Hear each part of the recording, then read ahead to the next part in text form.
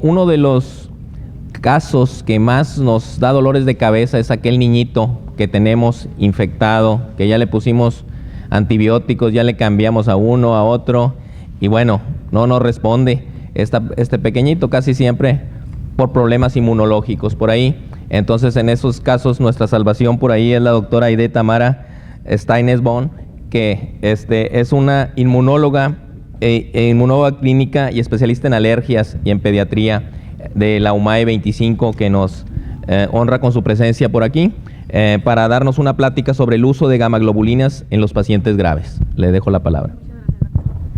Buenos días a todos. Le agradezco al comité organizador, especialmente a la doctora Xochitl LeBlanc, de esos médicos que uno tiene la oportunidad de conocer en su vida, extraordinarios médicos. Y voy a tratar de convencerlos el día de hoy de por qué sí la gamaglobulina en los pacientes infectados en terapia intensiva. Vamos a empezar.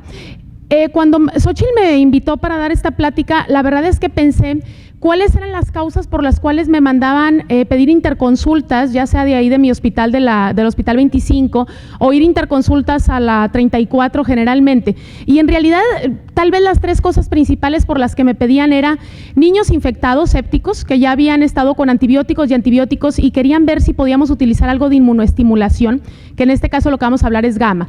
O niños que tenían autoinmunidad y querían ver si la gamaglobulina podría funcionar, llámese Guillain-Barré, por ejemplo, una miastenia gravis en crisis miasténica, o niños que tenían, por ejemplo, estado epiléptico y por qué funcionaría o no la gamaglobulina. Entonces, quise empezar con este caso. Esta niña es una niña de nuestro hospital, se llama Bárbara.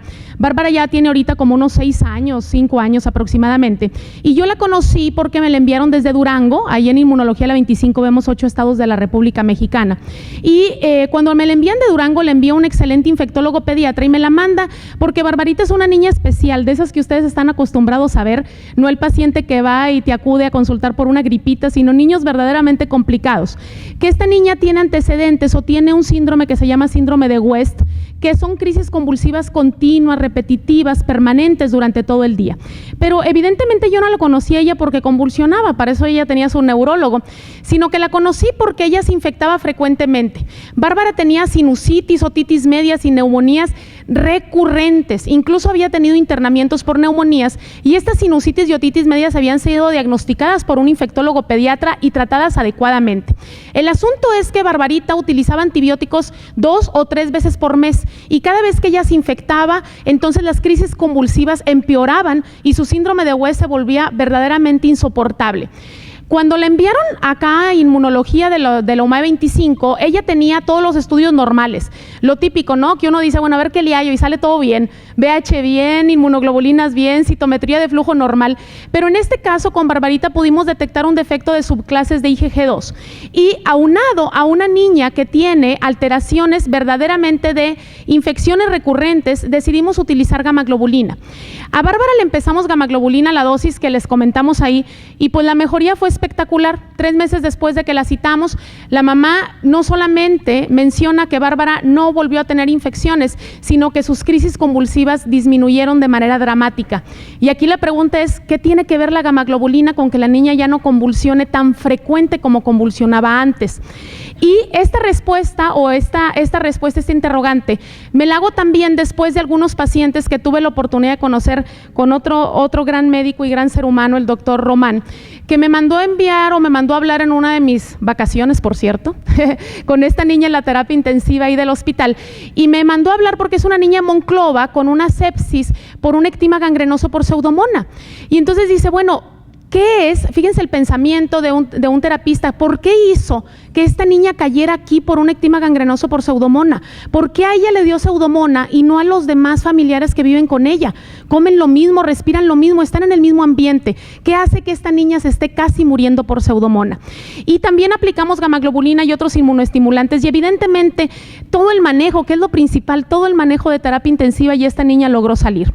Las preguntas a estas dos interrogantes o la respuesta a estas dos interrogantes quisiera resolverla en los próximos 20 minutos que tenemos de plática.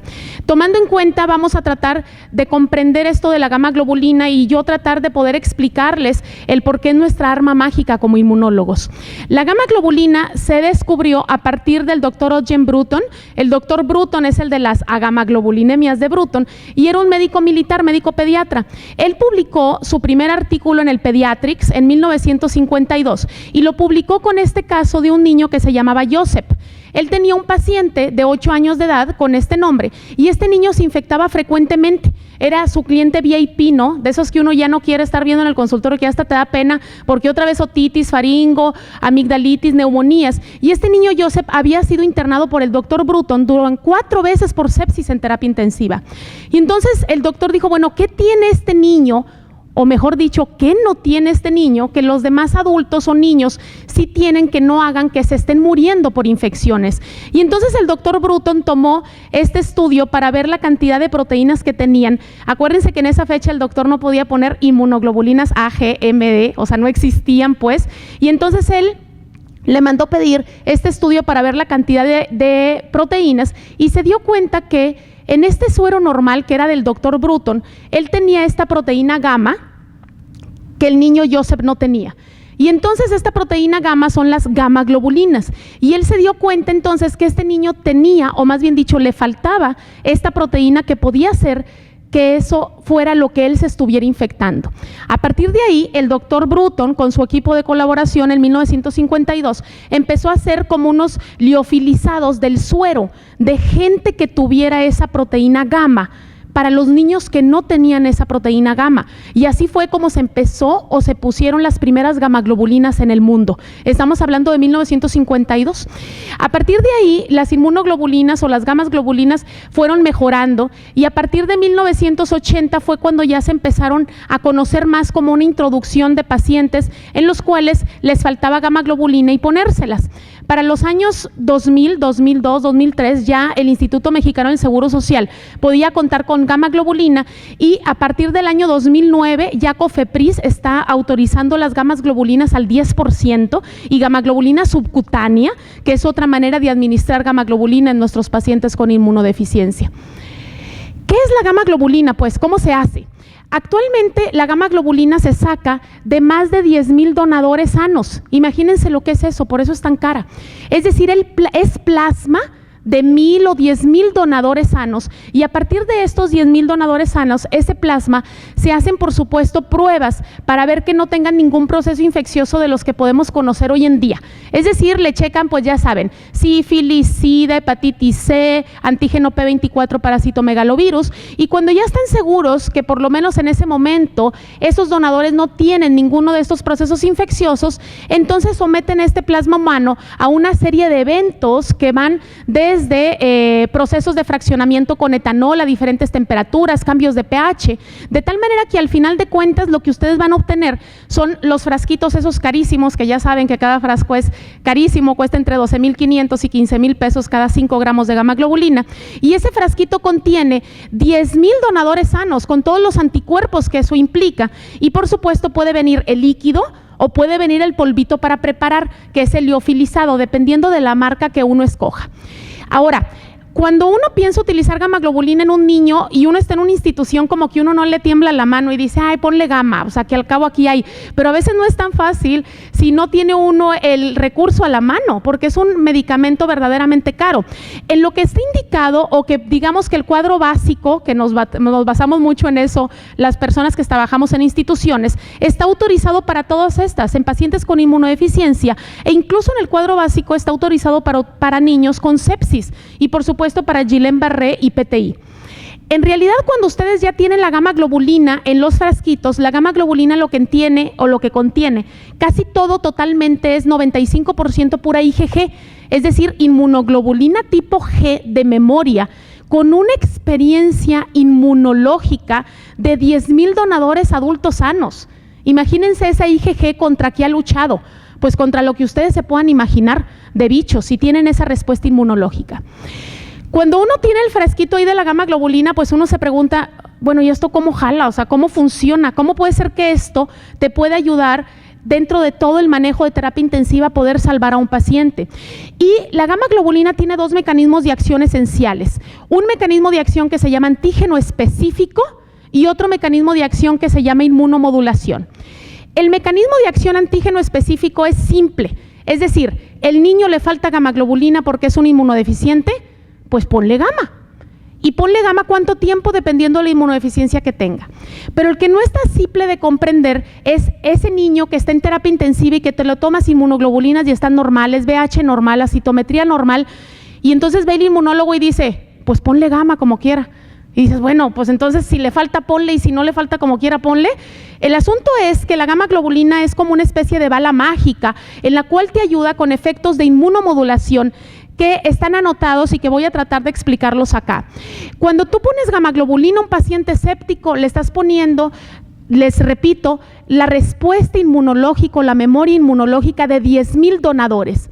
Esos donadores ya tuvieron contacto con Escherichia coli o con Pseudomonas o con los bichos con los que tú estás peleando ahí en terapia intensiva. Y recordemos que un niño para hacer una respuesta inmunológica secundaria puede tardar hasta 7-8 días en que su sistema inmunológico responda con anticuerpos específicos para ese bicho.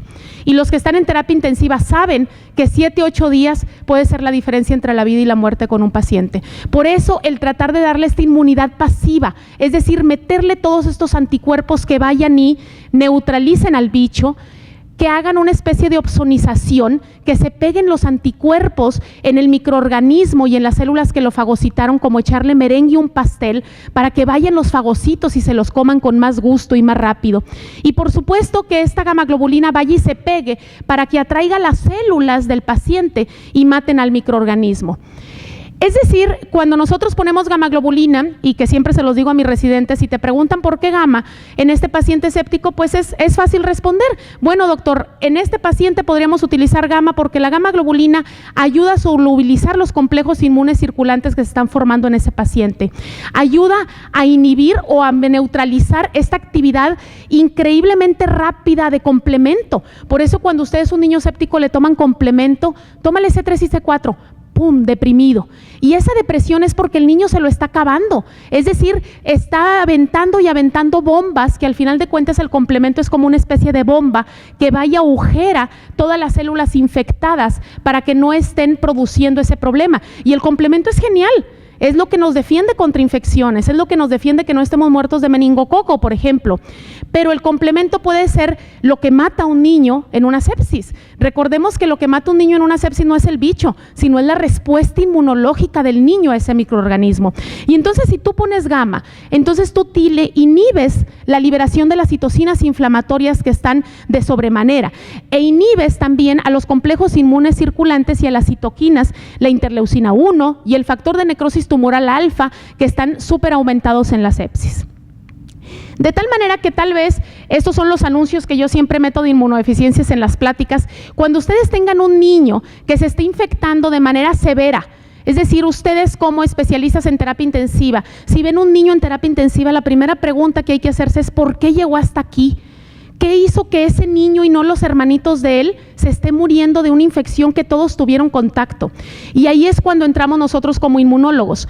Es decir, cuando ustedes tengan un niño con una infección severa, o no necesita ser severa, sino que cada rato esté yendo a consultar con ustedes o que esté infectado de un bicho diferente a los demás, deben de pensar en una inmunodeficiencia primaria, que no son nada raras. En Latinoamérica ya hay más de 4,900 casos descritos de inmunodeficiencia y en nuestro hospital así rápidamente tenemos más de 150 niños inmunodeficientes diagnosticados hoy en día.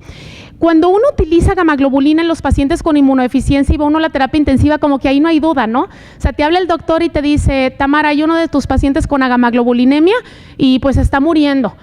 Bueno, pues le pones gamma globulina, como que ahí no hay duda. Pero el asunto es que después de que el niño se va de la terapia intensiva, estos niños con inmunodeficiencia van a tener que seguir utilizando gamma globulina. No es solamente una vez, sino que ya tienen que tener un seguimiento y tienen que seguir utilizando gamma globulina.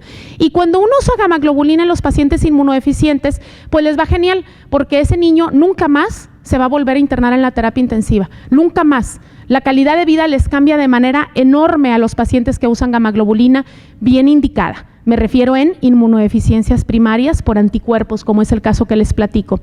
¿Y cuánto tiempo tiene que uno utilizar la gama? Pues depende del tipo de la inmunodeficiencia. Puede ser algo permanente, si el niño tiene agamaglobulinemia de Bruton o una inmunodeficiencia combinada severa, un bebé de burbuja, o puede ser algo transitorio, como en el caso primero que les platiqué de la niña con síndrome de West y deficiencia de IgG2, que en realidad se pasa la gamaglobulina de 6 meses a 2 años, dependiendo de cómo vayas viendo la evolución. La dosis que uno utiliza en un paciente de mantenimiento es de 400 a 600 miligramos por kilo, y hay que redondearle, ¿verdad? Porque no es de Dios que uno mande, son 7 gramos que hay que ponerle, y los frasquitos vienen de 5, de 6, y entonces ahí le están tirando lo que son. No, o sea, eso es pecado mortal. O sea, uno le redondea para abajo, para arriba, y si puedes juntar pacientes, ahí lo haces, y si no, se le pone nada más lo que le toca en el frasquito, y redondear para arriba, pues es lo mejor, porque a pesar de que sonaría más caro, le va a ir mejor a la institución al final de cuentas, porque ese niño que están gastando 30,000 pesos al mes en él, pues ya no van a gastar 300,000 pesos cada vez que se interna en terapia intensiva. La gamaglobulina ha venido a bajar los costos enormemente de los pacientes con inmunodeficiencia primaria, aunque parezca lo contrario. En los pacientes con inmunodeficiencia primaria, entonces nos mandan a la terapia intensiva y no hay duda. Si es mi paciente de inmuno y está mal por infección, ocupa una dosis extra de gamma, no importa que ya se la hayas puesto. Pero si ese paciente nos habla el doctor porque tiene infecciones recurrentes y ya es la segunda vez que cae ahí en terapia, o es la primera vez, pero no es normal que le haya pasado eso, nosotros en el Hospital 25 tenemos la idea, por lo menos yo que estoy yendo a las entregas de guardia ya cuando suben los niños a piso, es que todo niño que haya estado por sepsis en terapia intensiva merece que lo vea un inmunólogo, merece tomarle biometría hemática, inmunoglobulinas y una citometría de flujo. Pónganse a pensar, no es normal pues que caiga ahí, no es normal, aunque le hayan dado un mal antibiótico al principio, que no haya tenido un buen seguimiento. El sistema inmunológico de un ser humano está preparado para defenderte de cualquier bicho, un sistema inmunológico normal, ¿de acuerdo? Entonces, en los pacientes, esos no hay duda, pero luego te hablan y te dicen, bueno, échanos aquí un ojito a este paciente, y este paciente tiene enfermedades infecciosas o relacionadas con infección. Entonces, si a ustedes les hablan, porque es un niño con Kawasaki que está en la terapia intensiva, porque llegan con insuficiencia cardíaca, con daño hepático, con derrames, el Kawasaki, el típico, pues ese lo vemos ahí en el consultorio o en el hospital para internarlo para la gama, pero los severos llegan a terapia intensiva. Y ahí cuando te llega el niño con Kawasaki, pues tampoco hay duda, ¿no? Ese dice, Kawasaki es igual a gamma globulina. Y de hecho, la gamma globulina en el Kawasaki tiene varias funciones, y dentro de las funciones que tiene la gamma en el Kawasaki es que neutraliza a estos antígenos que se llaman superantígenos, que son los causantes de que la respuesta inmunológica del niño produzca autoanticuerpos y vayan y se peguen a las coronarias. Es como una especie de mimetismo molecular. Los toxinas o los antígenos que entran e infectan a este niño son muy parecidos a la membrana de la arteria coronaria. Entonces, este niño produce autoanticuerpos contra ellas, es por eso que hacen los aneurismas. Y esta es la indicación absoluta y precisa de poner gamaglobulina. Sin embargo, ahí viene el asunto y ahí viene lo complicado. Oye, ¿y está indicado la gamma en la sepsis? Bueno, primero yo quise poner esta diapositiva porque si como médicos nosotros comprendemos, y gente que estamos a cargo de los pacientes de terapia intensiva, que la gamma globulina ayuda en este aspecto. Normalmente un niño con sepsis, en realidad por lo que se muere ya sabemos que es por la respuesta de la activación policlonal que tiene el niño de los linfocitos T. Es decir, un niño con una infección responde de manera ordenada a la infección. Un niño con sepsis responde de manera abrupta, insólita, agresiva hacia la infección. Y estas citocinas y esta proliferación de linfocitos T es lo que da la disfunción orgánica múltiple y la muerte. De tal manera que si nosotros sabemos que la gamma globulina te va a ayudar a regular el complemento, a neutralizar toxinas, a modular a los linfocitos T, a que los linfocitos B produzcan anticuerpos pero específicos para ese microorganismo, y a neutralizar a los superantígenos, pues la pregunta más bien es, ¿y por qué no? O sea, ¿por qué no la vas a utilizar? Y después ya se meten las cosas de las medicinas basadas en evidencias, ya saben que es donde nos vienen a trastornar después de haber visto las diapositivas anteriores, y en las cuales, en estas cuestiones de medicinas basadas en evidencias, en el 2006 por el doctor Orange, uno de los inmunólogos que más tiene publicaciones a nivel mundial, y el doctor Orange y el equipo decía, bueno, si te mandan a hablar de terapia intensiva para un Kawasaki no hay duda, gamma. Si te mandan a hablar para un niño con una sepsis neonatal, tiene nivel de evidencia A y la puedes utilizar. Pero de ahí para abajo, sepsis en adultos o recién nacido pretérmino para intentar de prevenir que se vaya a infectar, ya las dudas son mucho mayores. Y entonces acá ya los datos de Cochrane dicen que, por ejemplo, si se fijan, no hay muchos que rebasen la línea media y entonces ahí te dicen, bueno, en realidad será tan efectiva la gamaglobulina, es decir, lo que les importa mucho a los terapistas es, ¿disminuye la mortalidad realmente? O sea, ponerle gamaglobulina a un paciente. Y la respuesta es complicada de decírselos, porque en realidad en los estudios viene que en la sepsis neonatal sí, pero no en los pretérminos ni en los adultos. ¿De acuerdo? Pero yo les vuelvo a terminar con esta diapositiva en cuanto a lo del sepsis. De nuevo, cada caso es individualizado. Y si tú tienes a un lado a Cochrane y te dicen ahí, bueno, pues piénsalo. Pero por el otro lado tienes un niño séptico por una apendicitis perforada, el niño está muriendo y hiciste 3 cambios de antibiótico y sabes que el niño está muriendo por la respuesta inmunológica de él hacia el microorganismo, pues yo diría que habrá que pensar si puedes utilizar esta bala mágica de la gamaglobulina. La dosis que normalmente uno utiliza para un niño que está así séptico, internado, tienes que utilizar una dosis, les digo yo siempre mamut, una dosis grande, una dosis inmunomoduladora. Y la dosis inmunomoduladora siempre la aprendemos nosotros a 2 gramos por kilo. Pero no es fácil decir 2 gramos por kilo cuando tienes 2, 3 frasquitos que te pueden otorgar. Entonces realmente de 1 para arriba es suficiente para tú decir que ya estás inmunomodulando al paciente, inmunomodulación. Otra de los mecanismos o por qué te mandan a hablar a terapia intensiva es porque tienen a un niño con una enfermedad autoinmune. Y esta diapositiva solo la pongo para recordarme a mí todas las grandes imbricaciones que tiene los usos o las fórmulas de la gamaglobulina en cómo funciona. Pero en autoinmunidad, esta diapositiva se resume en esto. Los pacientes con autoinmunidad tienen autoanticuerpos, de acuerdo a todos, que son los autoanticuerpos que el niño está produciendo, llámese de lupus, de miastenia, de Guillain-Barré o de lo que sea. Y la gamaglobulina lo que tiene son anticuerpos. Entonces, la gamaglobulina lo que produce es este efecto que se llama efecto idiotipo-antidiotipo. O sea, los anticuerpos del niño que están afectados, es decir, que están atacando a su propio cuerpo, están libres a nivel sistémico. Y entonces la gamaglobulina lo que hace es que va y se pega a estos autoanticuerpos del niño, como un efecto de idiotipo es lo que reconoce del anticuerpo, entonces es un idiotipo-antidiotipo. Y ese es el mecanismo de acción de cómo funciona la gamaglobulina en un paciente con una enfermedad autoinmune. En enfermedades autoinmunes, ¿dónde está catalogada a nivel mundial? Cuando sí, no hay duda que se va a utilizar. En pacientes con PTI, no hay duda. La gamaglobulina está autorizada por la FDA a nivel nacional y a nivel internacional, ahí se utiliza. Pero a partir de ahí ya empiezan los asegúnes. Es decir, en miastenia sí, en crisis miastenia tiene un nivel de evidencia A. Y a partir de ahí, ¿en qué más? Les traigo aquí, por ejemplo, un ejemplo. Tenemos una niña con lupus en terapia intensiva y la niña está infectada. Y entonces el reumatólogo te dice, bueno, pues hay que ponerle inmunosupresores. Sí, pero ¿cómo? Si está infectada. O sea, se está muriendo por una neumonía, pero aparte el lupus también la está matando. Entonces, ¿qué haces? ¿Le pones inmunosupresores para que no la mate el lupus, pero la mata la neumonía? ¿O no le pones nada y la va a matar el lupus, pero la curaste de la neumonía? ¿Qué es lo que haces ahí? En este caso, la gamaglobulina es lo que ayudaría enormemente, porque te puede ayudar, o más bien dicho, te va a ayudar en el efecto de autoanticuerpos, es decir, de la autoinmunidad, y aparte te va a ayudar con el proceso infeccioso. El asunto es que vean los costos. En un paciente que esté así, porque ya ven que hay niños de 40, 50, 60 kilos, y métele 120 gramos de gama, métele 60 diarios, los costos son enormes. O sea, un niño se puede gastar 200,000 pesos de gamaglobulina en una dosificación que le toque, ¿de acuerdo? Entonces ahí yo creo que lo que hay que hacer es el costo-beneficio. Es decir, autoinmunidad, gamaglobulina en autoinmunidad, en lupus, en miastenias, en dermatomiositis, sí, por supuesto, cuando tienes un proceso infeccioso que pone en peligro la vida del niño, no hay duda que lo puedes utilizar.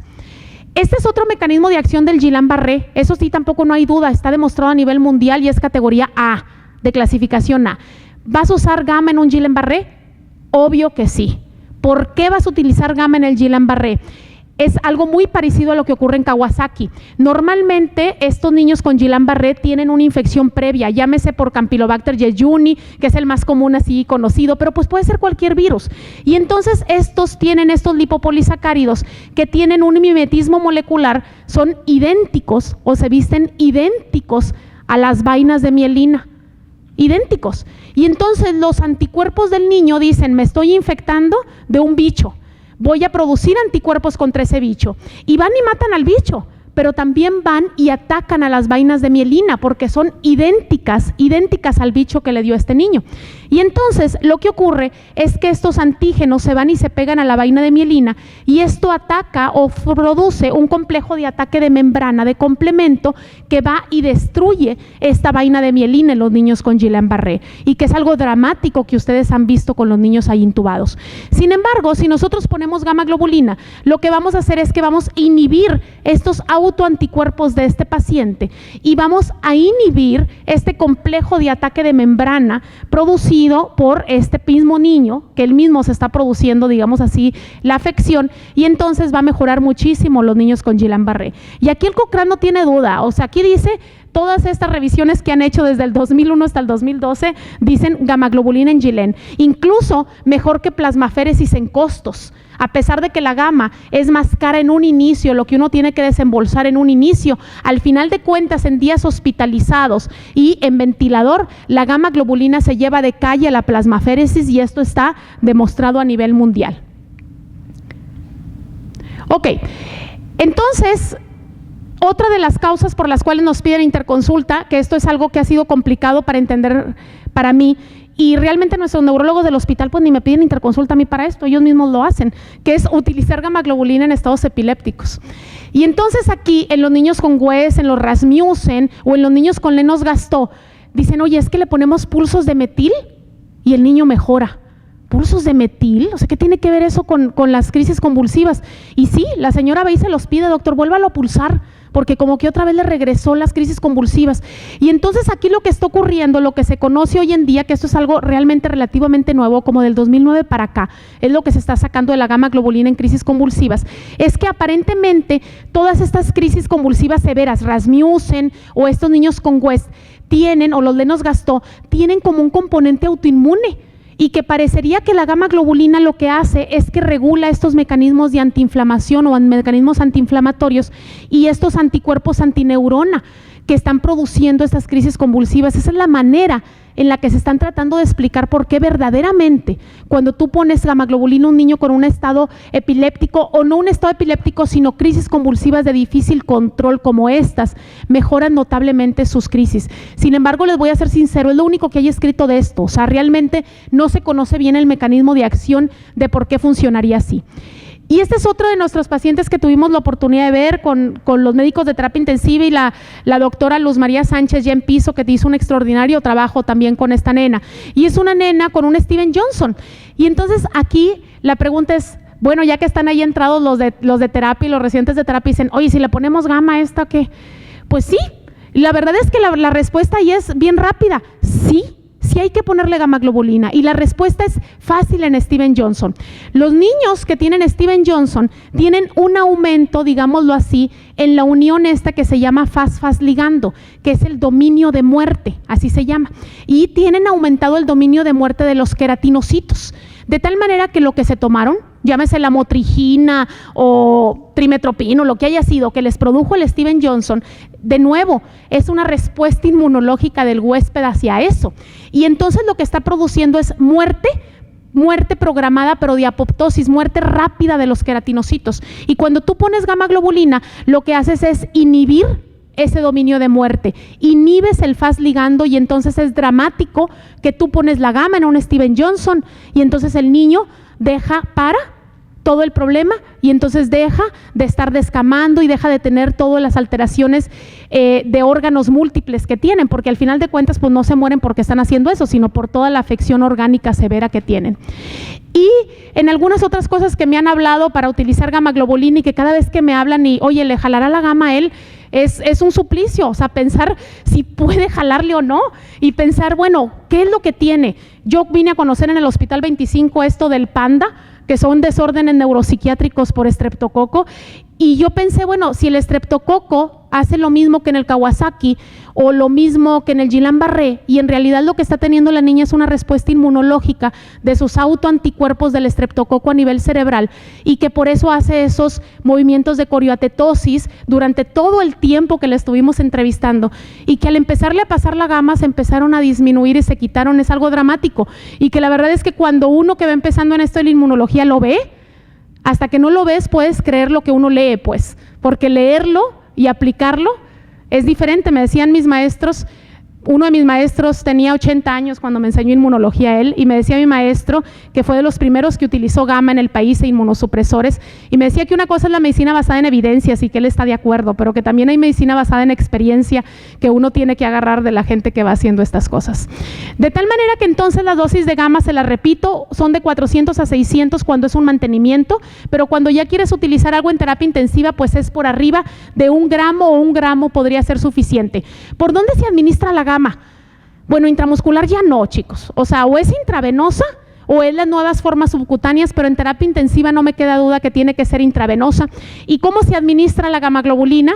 Esto es algo que hay que tenerlo ahí anotadito y lo pueden ir administrando poco a poco con esta dosificación que les pongo aquí. Es muy fácil, simplemente empezar a decir, yo les digo a mis residentes que para que no sea tan complicado esto, siempre les digo, el peso por 0.25 mililitros, y eso los primeros 15 o 30 minutos. Si todo bien, le subes a 0.50 mililitros por kilo, y si todo bien, el resto lo puedes dividir para que no pase la gamaglobulina a más de 2 mililitros por kilo por hora, si no estás pegado ahí con el niño. Si estás pegado en el taquetomo, me enseñaban mis residentes que dice ahí que hasta 4 o a 6 mililitros, está bien, pero pues tienes que estar ahí pegado. Si estás pegado, pues pónsela rápido, pero si no, trata de irte lento, tampoco es una urgencia pasarle la gamaglobulina. Y el asunto es que la gamaglobulina tiene una vida media de 21 días, chicos, pero hay una vida media que se llama vida media alfa, que es de 3 a 5 días, y eso es la razón por las cuales a veces yo al doctor Román le decía, doctor, le pasamos gama al niño de la cama fulana de tal, oiga, ya pasaron 7 días que le pasamos gama, deme oportunidad de ponerle un push extra de gama. No, pues si le acabamos de pasar, pues hace 7 días, la vida media es de 21, yo también pensaba, sí, pero la vida media para cuestiones de inmunomodulación puede durar nada más incluso 5 o 7 días, y ahí puede repetir la dosis, a lo mejor no tan alta. Recuerden que la gamaglobulina no es agua, pues, tiene sus efectos colaterales, y efectos colaterales que pueden ir desde leves, que es lo común, cefaleas, problemas en presiones arteriales, mialgias o fiebres de bajo grado, o cuestiones graves como falla renal por la gamaglobulina. Así que utilizar gamaglobulina no es cualquier cosa. Hay muchos tipos de gamaglobulinas, muchos. Yo quisiera nada más informarles que hoy en día en México tenemos la gamaglobulina al 5%, que es la que todos estamos acostumbrados a utilizar, y ¿por qué no decirlo? Por ejemplo, marcas, o sea, o de Octagamo, Sandoz o la Flebogama, son las gamas que estamos acostumbrados a utilizar. Sin embargo, hoy en día tenemos gamaglobulinas al 10%, y quiero resumirles en 2 o 3 frases las ventajas de estas gamaglobulinas. Vienen lo doble de concentración en mucho menor líquido. De tal manera que si tú tienes un paciente, y eso me estoy explicando, por ejemplo, Gamunex o High-Globin, que son las gamaglobulinas al 10%, y en esto me estoy explicando que entonces tú puedes ponerla más rápido, y en un niño que tiene mantenimiento de gama no ocupas internarlo, se la pones en una unidad, nosotros allá en el 9º piso, en la clínica 25, y entonces ahí se las ponemos en unas horas sin necesidad de internar al paciente para gamaglobulina. Y por supuesto, o tal vez lo más importante, es que ustedes mismos tienen que decidir si van a utilizar gamaglobulina o no. Por ejemplo, ese niño de sepsis está muriendo por una sepsis por apendicitis, tiene 6 años, el Cochrane dice que ya tiene 6 años, o sea, ya no es un neonato. O sea, ¿valdrá la pena utilizar gamaglobulina o no? Pero ya cuando ustedes deciden, sí le quiero poner gama, pues nada, que el niño tiene insuficiencia renal aguda y aparte tiene los líquidos restringidos, ¿no? Eso me pasaba mucho. Aquí iba yo con mis frascos de gama y el doctor, espérate. O sea, no le puedes echar tanta agua, tengo los líquidos restringidos. Y entonces ahí es donde podrías utilizar una gamaglobulina al 10%, que viene mucho más concentrada, o un niño que tengan ustedes con sepsis neonatal en terapia intensiva y que ustedes dicen, bueno, aquí sí me apoya todo el mundo, sí está indicada la gama, pero ¿qué gama le pongo si el niño no le puedo echar tanta agua? Entonces puedes utilizar una gamaglobulina de estas al 10%, que la verdad es que no creo que tardemos mucho en tenerlas en nuestra institución, porque verdaderamente va a volver a reducir los costos, porque no necesitas internarlos y requieres mucho menos trabajo para ellos. La conclusión ya para finalizar, entonces, es que existen indicaciones precisas para el uso de gamaglobulina en niños, precisas. Sin embargo, lo que antes se consideraba como un mito para la gamaglobulina, cada vez que yo preparo esta plática, cada año que me invitan a algún lugar, le voy agregando más usos de la gama. Tal vez yo empecé hace 7, 8 años diciendo que, bueno, la gamaglobulina para inmunodeficiencias primarias, y ahora cada vez salen más usos para gamaglobulina. Pero sin lugar a dudas, tal vez lo más importante es que tenemos que recordar que la gama no es inocua. No estamos poniendo agua, pues. Es un medicamento que tiene sus efectos colaterales y que todo este manejo debe ser dado por gente experta. Y al decir gente experta, evidentemente no me refiero a un inmunólogo. Me refiero a un médico que esté pegado ahí con el paciente y que decida que ese es el manejo que él tiene que dar. Y para finalizar, quiero recordarles que cuando ustedes vean a un paciente que tiene una infección grave o que sea el niño, el cliente VIP de su consultorio por infecciones recurrentes aunque no sean graves, o que tenga una enfermedad rara, deben de pensar en una inmunodeficiencia primaria, porque el pensamiento de ustedes va a ser la diferencia entre tener un niño bebé de burbuja, que lo conocimos así ya, intubado, gravísimo, y que cuando yo lo conocí en el UMAE 34 llevaba apenas 2 días con ellos, que había llegado de estar de médico en médico, de médicos privados a médicos institucionales y al revés, hasta llegar a tener un niño con bebé de burbuja que no pudimos hacer nada con él. La diferencia de este chiquito, hijo de una de nuestras enfermeras del hospital, que después de su segunda neumonía ella corrió porque su médico pediatra le dijo: esto no está normal, ve y búscate algo de las defensas, algo está pasando, tu niño ha tenido 2 neumonías. Él tuvo una inmunodeficiencia combinada severa, un bebé de burbuja, y ahora tiene 5 años después del trasplante, que fue el primero que se realizó en nuestro hospital.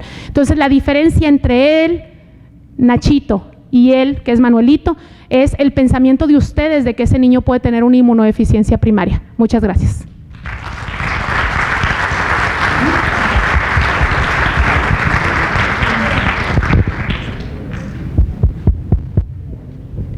Muchas gracias, doctora Tamara.